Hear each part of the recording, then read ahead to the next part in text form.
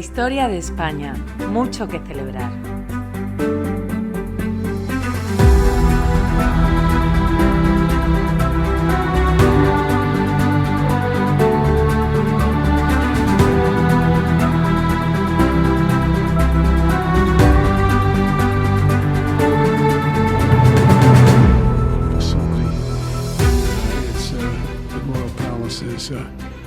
Is just incredible, and notwithstanding the majesty of this palace, we do share the same values. As a matter of fact, some suggest we wouldn't be an independent country right now for you guys some years ago, and but I've traveled to Madrid as vice president.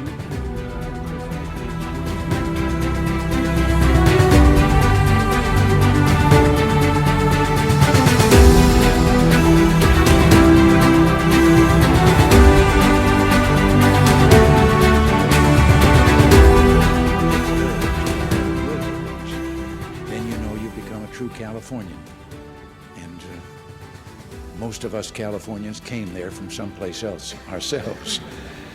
Today, with this proclamation, we're reminding our fellow citizens that our Hispanic heritage is something of which all Americans can be proud.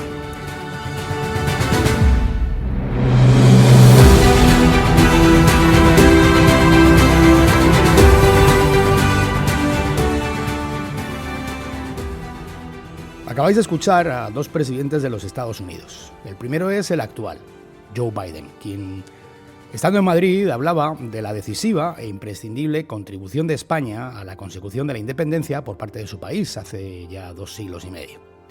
El segundo es Ronald Reagan, quien institucionalizó en Estados Unidos el mes de la cultura hispánica.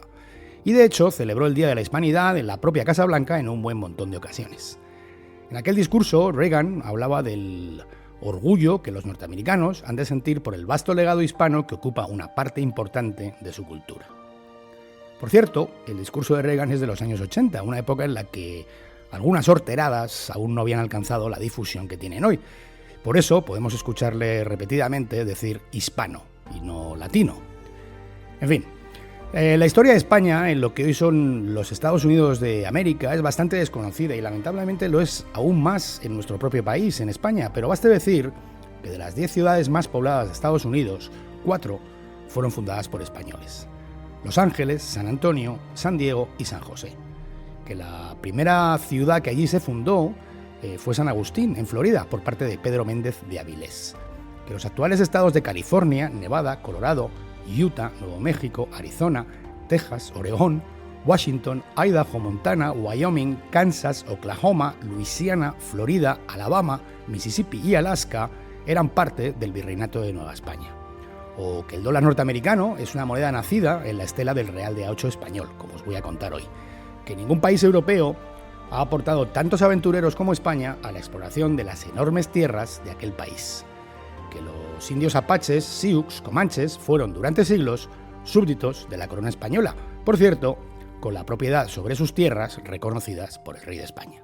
Y por cierto también hablaban español en muchos casos, como el conocido Jerónimo. Y en fin, que como reconoce Biden, la independencia de la gran nación norteamericana probablemente hubiera sido imposible sin la ayuda de España.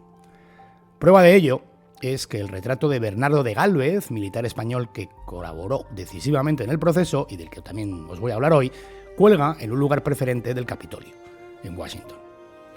La historia de España en Norteamérica contiene hechos y personajes irrepetibles. Hechos y personajes de los que os voy a ir hablando en esta serie que empiezo hoy y he titulado El Norte. Concretamente, en este capítulo os voy a hablar del origen del dólar y de Gálvez, como os he dicho, pero también de uno de los hechos más maravillosos que conoce el siglo XVIII y que nos cuenta cómo, bajo el patrocinio de la Corona de España, consiguieron por primera vez su libertad un buen puñado de esclavos negros en Norteamérica, ellos y sus familias. Como es habitual, quiero pediros que si los audios os gustan, dejéis un me gusta o una recomendación en las diferentes aplicaciones en las que los escucháis, o un comentario, porque vuestros comentarios son muy bienvenidos. Esto nos ayuda mucho. Nos ayuda mucho porque sitúa nuestro podcast en posiciones más altas a la hora de ser encontrado mediante buscadores o en las propias redes sociales.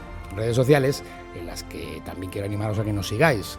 Estamos en Twitter, en Instagram, tenemos un canal de YouTube y una página de Facebook. Así que podéis seguirnos, difundir, retuitear, dar al me gusta, etc. También recordaros que podéis convertiros en mecenas o en patrones de Mucho que Celebrar, apretando el botón apoyar de iVoox o también a través de la plataforma Patreon. Si os gustan nuestros podcasts, podéis dejar una pequeña donación que nos ayudará a seguir y a continuar creciendo. Os dejo el enlace a Patreon y los de las redes sociales en la descripción del episodio. Y ahora sí, comenzamos.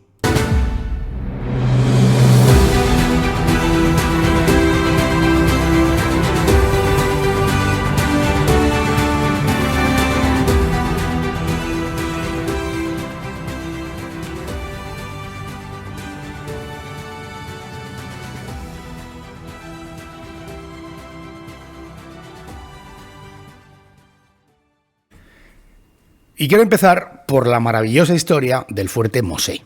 Hablamos del primer lugar de Norteamérica donde alcanzaron la libertad los esclavos negros.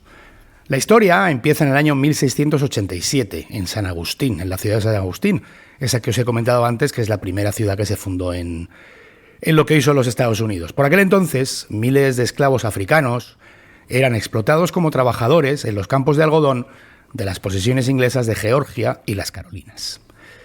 Cuando conseguían escapar, malvivían como cimarrones, así se les llamaba, que eran unos fugitivos a los que, digamos, pues era lícito cazar, ¿no? En Florida y en otras dependencias españolas, la mayoría de los negros eran libres, porque la figura de la esclavitud estaba ya entonces en franco declive en las posesiones de la corona española, y su situación era completamente distinta, no ya solo porque la propia institución estaba regulada fundamentalmente por el derecho romano y la doctrina católica, sino porque la esclavitud en sí tenía ya una fecha de caducidad en la monarquía española, desde que Isabel la Católica había prohibido, 180 años antes, tomar como esclavos a los habitantes de las tierras descubiertas y conquistadas.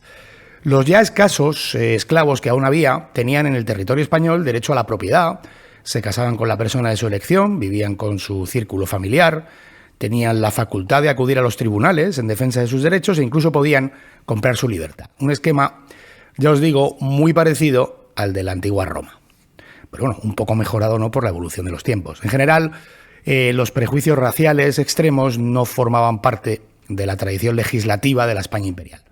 Como sabéis, ya en el año 1514 se habían aprobado los matrimonios mixtos, que bendecían las uniones de personas de distintas razas en todo el territorio español.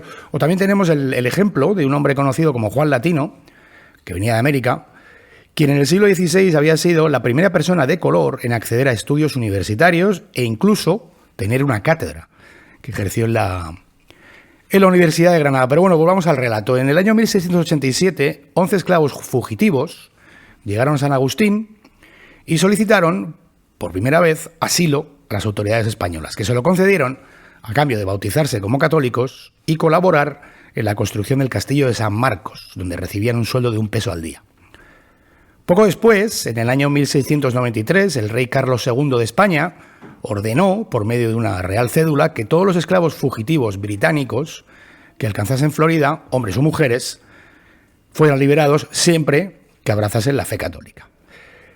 Pero la verdadera explosión de este asunto va a llegar algo más tarde, mediado el siglo siguiente. Hablo del año 1737. Por entonces el gobernador de Florida es Manuel Montiano y Sopelana, un bilbaíno con el grado de capitán general y con una brillante hoja de servicios en el ejército. Cuando tomó posesión de su cargo, se vivía ya un considerable aumento de las tensiones entre España e Inglaterra. La Guerra del Asiento, que también es conocida como la Guerra de la Oreja de Jenkins, ya lo sabéis, pues acabó siendo el inevitable resultado de esas tiranteces, y las posiciones de ambos países en Norteamérica se convirtieron en uno de los principales escenarios de la contienda, ¿no? En este contexto, Florida y Georgia pues actuaron como auténticos campos de batalla. Manuel de Montiano se había tomado muy en serio aquello de acoger esclavos huidos y se iba a convertir en el protector de los fugados de las plantaciones inglesas y holandesas, fundando el primer asentamiento de esclavos libres en Norteamérica. Nuestro protagonista dedicó el fuerte de Santa Teresa de Mosé a recibir y a acoger a los esclavos que lograran escapar, ofreciéndoles, con el apoyo y el beneplácito de la corona, una nueva vida en libertad como súbditos del rey de España. El precio de la libertad, bueno, pues ya os lo he comentado, ¿no? Abrazar la fe católica y, en este caso, en el caso del Fuerte Mosé, comprometerse a la defensa del territorio. Así que, bueno, el Fuerte Mosé se transforma en un lugar de promisión, ¿no? Un sueño que alcanzar para muchos esclavos y sus familias. Como era de esperar, claro, lo que empezó como un goteo de personas que arriesgaban todo por una vida en libertad, pues pronto se transformó en una riada constante de gente que llegaba a aquel santuario, digamos, ¿no?, a comenzar una nueva existencia. Ya en el año 1738 vivían en el Fuerte Mosé más de 100 familias de esclavos huidos. Los primeros en llegar fueron alojados en casas españoles y realizaron los más diversos trabajos a cambio de un salario. Para tratar de detener el éxodo de esclavos a tierra española, los colonos ingleses montaron patrullas, pero parece que el ingenio de los escapados, y bueno, supongo que sobre todo su determinación, hacían estas patrullas inútiles en un montón de ocasiones. Algunos de estos esclavos venían nada menos que desde Port Royal, en Jamaica.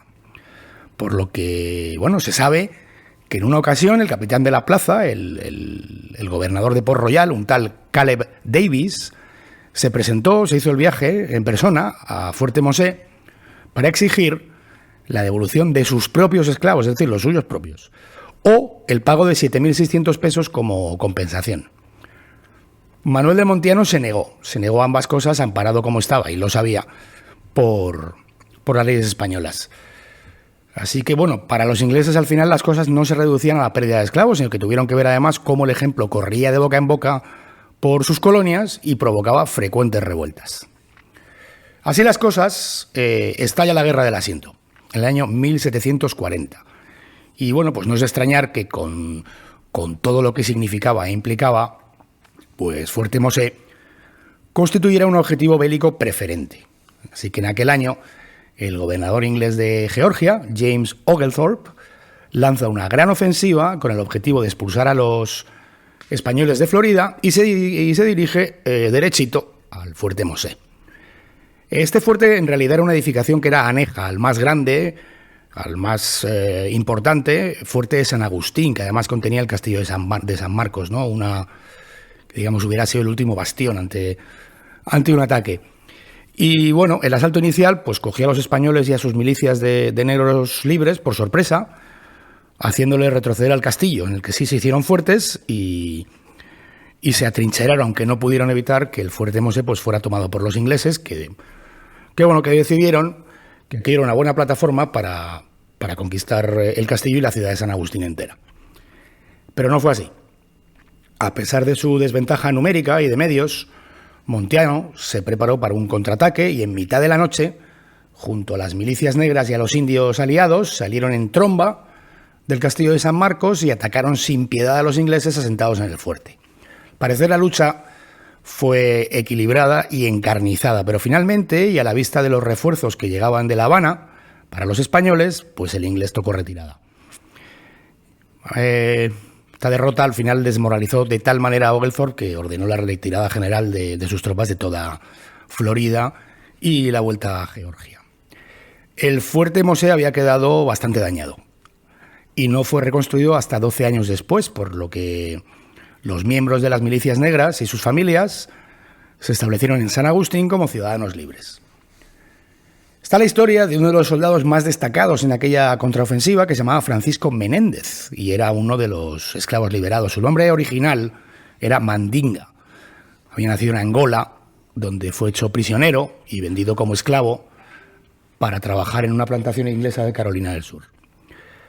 Francisco Menéndez había llegado a Fuerte Mosé escapando de la esclavitud y sus dotes de liderazgo le habían llevado al empleo de capitán. Cuando el fuerte fue reconstruido en el año 1752, Francisco, el capitán de color, fue nombrado el comandante del fuerte.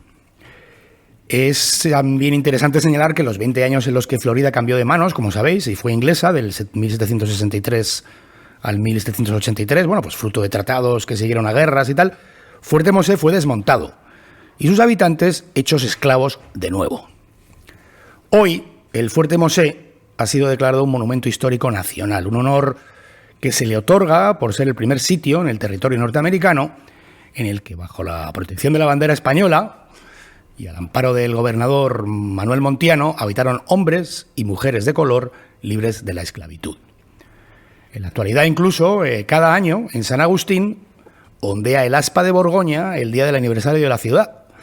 La antigua bandera española es portada por una columna de hombres negros vestidos con los uniformes militares españoles de aquella época, recordando que hace ya 300 años, para España y para su monarquía, las vidas de las personas negras también importaban.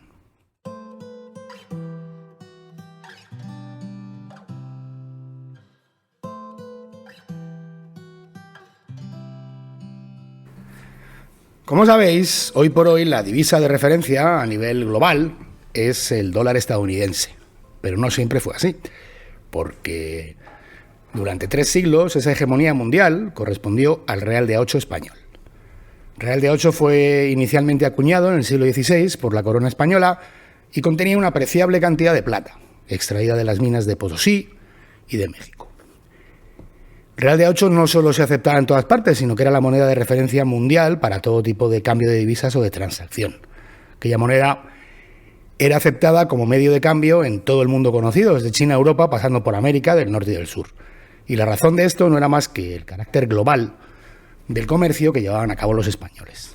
Los españoles adquirían productos en Oriente, en China, en Japón, en Corea, en la India, y los transportaban a Filipinas. Desde Filipinas, la flota de mercantes a la que se conocía como el Galeón de Manila los llevaba a Acapulco. En América, parte de esas mercancías se vendían por todo el continente y parte llegaban a Europa, a todos los países de Europa. Posteriormente, el itinerario comercial se hacía de vuelta a Asia por el mismo camino, con mercancías originarias de Europa y de América. Todo este trasiego se sustanciaba en todas sus etapas y en todos los puertos que tocaba en reales de A8, por lo que se puede decir que esta ruta comercial española fue la primera ruta comercial global de la historia. En algunos países, incluso, el real de A8 fue moneda de curso legal, es decir, en vez de acuñar su propia moneda, algunos estados añadían un sello o una punción característica a los reales de A8 españoles y los usaban como moneda nacional. En Inglaterra, por ejemplo, donde se aceptaban como pago, se les llamó Pillar Dollars, en referencia a los pilares de las columnas de Hércules que muestran en su diseño. Y en Australia, las autoridades decidieron en su día importar 40.000 reales españoles y hacerles un agujero en el centro para marcarlos como australianos. Se les llamó Hollow Dollars. En las 13 colonias británicas, que posteriormente serían los Estados Unidos y que al final son el caso que nos ocupa hoy, se les conoció como Spanish Dollars. De hecho, los revolucionarios estadounidenses emitieron, con el acuerdo por supuesto de la corona española, papel moneda para costear su guerra de independencia. Papel moneda que estaba respaldado y garantizado por reales de A8 españoles. Así que ciertamente aquella revolución y aquella guerra de independencia se financió con dinero español. La palabra dólar viene de Thaler, escrito T-H-A-L-E-R. El Thaler era una moneda austríaca de plata. Cuando los reales de A8 comienzan a llegar a Europa, su parecido físico con esas monedas austríacas hace que se les llame Thaler, Daler o dólar, dependiendo del país. En España, por ejemplo, esa moneda se le llamaba talero. Y la denominación en sí, dólar, se hace popular en todo el mundo para varias monedas. Así que en el año 1785 los Estados Unidos empiezan a acuñar su propia moneda, a la que también llaman dólar. Y su símbolo, esas dos columnas con una banda en forma de S que las cruza, está inspirado en el real de A8, ya que imita a las dos columnas de Hércules cruzadas por una banda que desde hace siglos han estado en las monedas españolas. Me refiero a esas bandas en las que se lee plus ultra. El dólar, como os digo, nació en 1785, pero el Spanish Dollar, el real de A8, mantuvo vigencia y fue aceptado como moneda de cambio en Estados Unidos hasta el año 1857.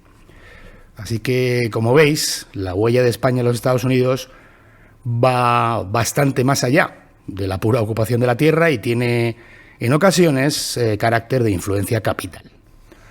Hacemos una pequeña pausa y os hablo de Bernardo de Gálvez, un héroe español de la independencia de los Estados Unidos. Asómate a la aventura colectiva más apasionante jamás contada, la historia de España.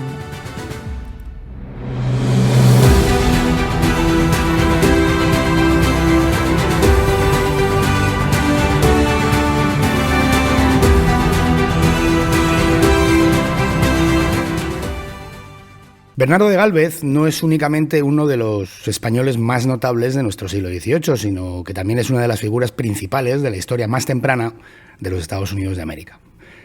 No en vano, su retrato, el retrato de Gálvez, el héroe de Pensacola, cuelga hoy en una sala del Capitolio de Washington, en honor a quien tuvo una importancia capital en la independencia de la nación norteamericana. Bernardo nació en un pueblo de Málaga, Macharabiaya, en el año 1746. Era hijo de Matías de Gálvez, que a su vez era teniente general y virrey de Nueva España. Así que bueno, la vida castrense, los ambientes palaciegos y la España de ultramar, pues eran bastante familiares para Bernardo desde muy pequeño. Igual es muy posible, que fuera por eso, por lo que muy joven eligió la profesión de las armas. Y en el año 1762, con tan solo 16 años, marchó como voluntario, como teniente de infantería a la Guerra de Portugal. Por centrar un poco el contexto histórico, hay que decir que al año siguiente, la Paz de París, firmada en el año 1763, arrebató a España la Florida y las tierras al este del Mississippi, en favor de Inglaterra. Como sabéis, luego se recuperó la Florida, ¿no? Pero en aquel momento el perjuicio que supuso a España la pérdida de Florida pues era incalculable, porque proporcionaba a Inglaterra una posición en el Golfo de México muy estratégica desde la que podía amenazar al virreinato de Nueva España, así como al comercio y al transporte de mercancías por dichas aguas. En virtud de este mismo tratado, Francia había cedido a España la Luisiana.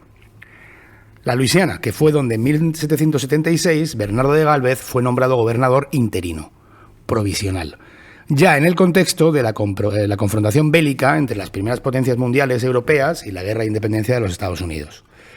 Y fue allí, en Luisiana, como gobernador interino, donde dieron comienzo sus victoriosos hechos de armas y sus señalados servicios tanto a la corona española como a la incipiente nación estadounidense. Desde su toma de posesión, Bernardo de Gálvez puso en práctica una actividad intensa para contrarrestar la amenaza británica sobre los dominios españoles.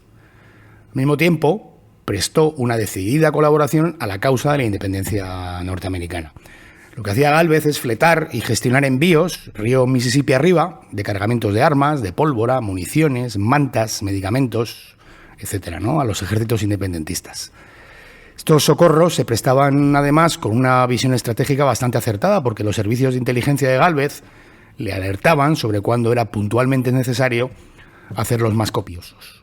Por ello, pues el ritmo y la cantidad aumentaban cada vez que una batalla parecía inminente, como ocurrió con el masivo cargamento que Gálvez mandó a los rebeldes norteamericanos previo a la decisiva batalla de Saratoga o la del fuerte Pitts, que es el actual Pittsburgh.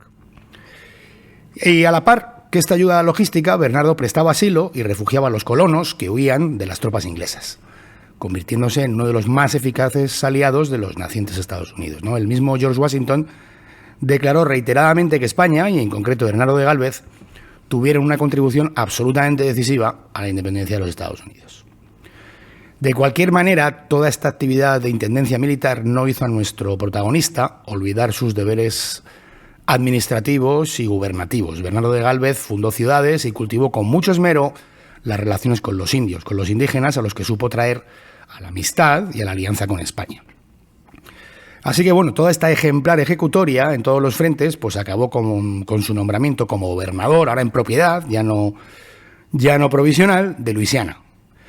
Y ocurrió además este nombramiento ocurrió justo cuando el frente bélico se volvía ya más amenazante, porque bueno, España permanecía oficialmente neutral en el conflicto de la independencia de los Estados Unidos, pero su contribución pues era demasiado notoria, ¿no?, para que pasara desapercibida.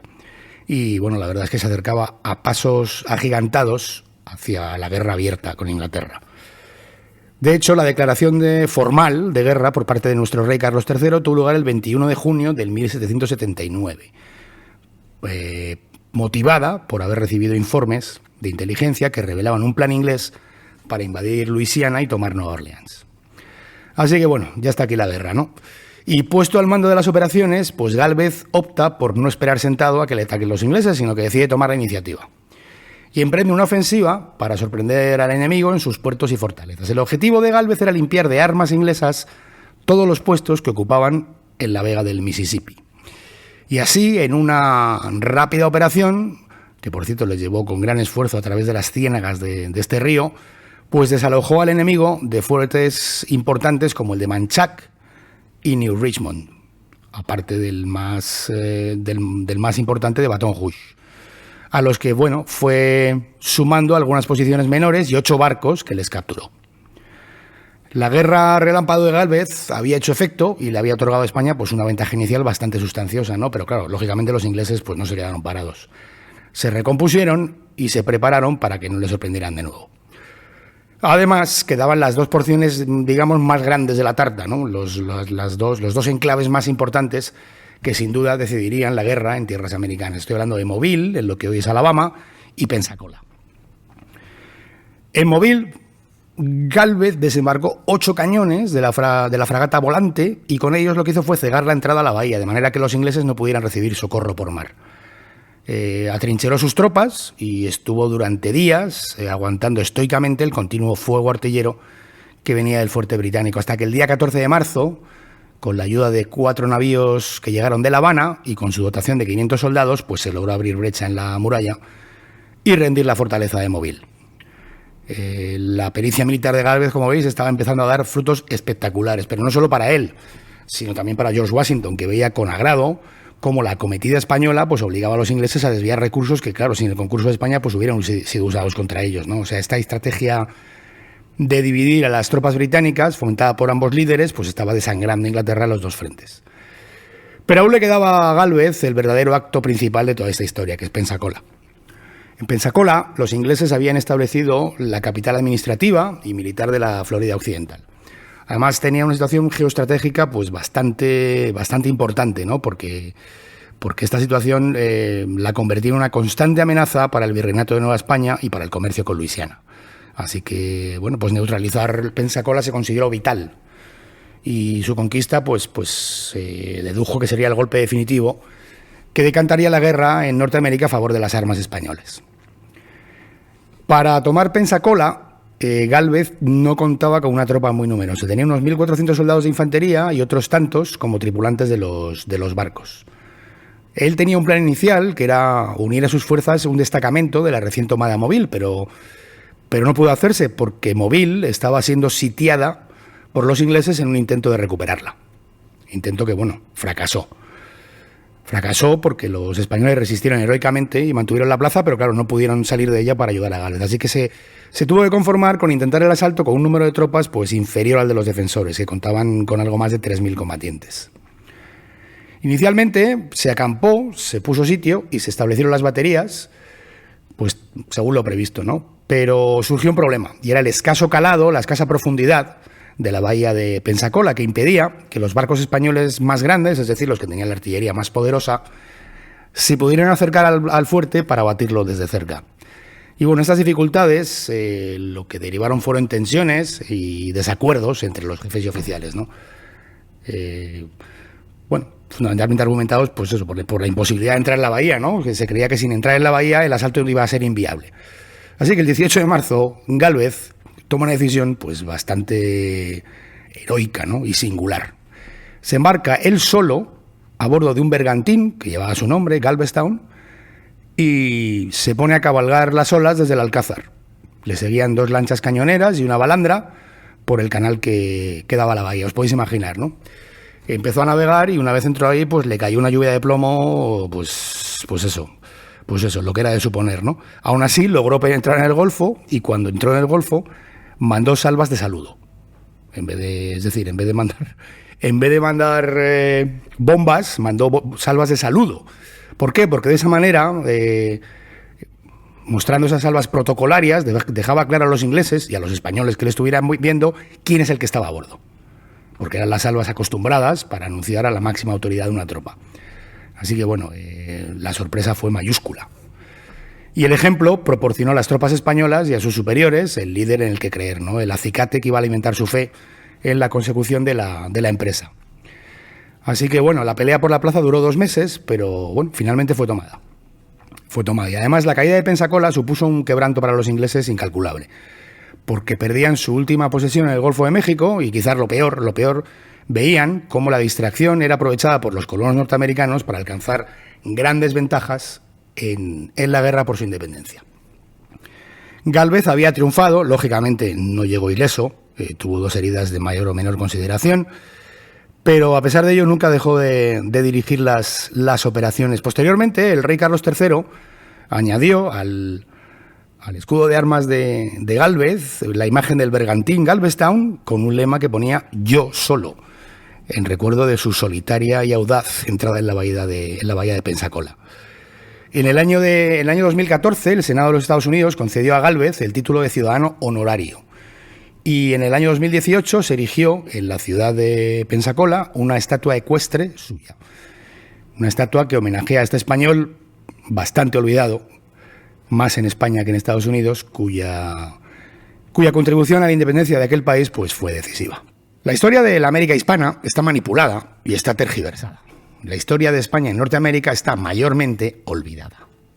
Y en ello tiene mucho que ver el apartamiento que sufrieron los indígenas con la colonización del continente por parte de los angloamericanos y con la pérdida por parte de México de una buena parte de su territorio fruto de guerras que perdió con Estados Unidos. Me refiero a la mayor parte del sur de lo que hoy es ese país. Y esto es así porque lo que hoy conocemos como California, Texas, Florida, Nuevo México y mucho más al norte, los mayores depositarios de la cultura hispana eran los mismos que en el resto del Imperio Español, los indígenas. Su desaparición paulatina y su arrinconamiento llevó a una mengua constante del legado hispano en aquel país. Baste como dato decir que el 88% de la población al sur del río Bravo desciende de indígenas americanos, mientras que al norte el porcentaje solo alcanza el 1,7%. O que antes de ser arrebatada a México, en California vivían unos 150.000 indígenas y un siglo después de su anexión a los Estados Unidos, su número era tan solo de 16.000. Los modelos imperiales a lo largo de la historia no han sido todos iguales, ya lo creo que no. Y quizá la historia temprana de los Estados Unidos sea un verdadero paradigma, una obra maestra a la hora de delinear esas diferencias, las que separan al modelo español e hispano de todos los demás. Como dice en su libro La disputa del pasado, Emilio Lamo de Espinosa, la destrucción de todo lo que tiene que ver con la presencia hispana en Estados Unidos se presenta de manera artificial como una condena moral de la conquista española. Porque solo esta conquista es conquista y merece un juicio moral condenatorio. Cosa que no ocurre con la conquista azteca o la conquista anglosajona mismamente, que son motivo de orgullo y veneración y parecen mágicamente haberse realizado sin violencia ni guerra. Es un gigantesco ceremonial de chivo expiatorio y también un modo sutil y muy efectivo de alimentar los prejuicios antihispanos entre los propios hispanos. En fin, al final eso sí es de agradecer que sean los propios norteamericanos los que se encarguen en muchas ocasiones de mantener vivo ese legado hispano, un legado que no deja de ser piedra fundacional de su nación.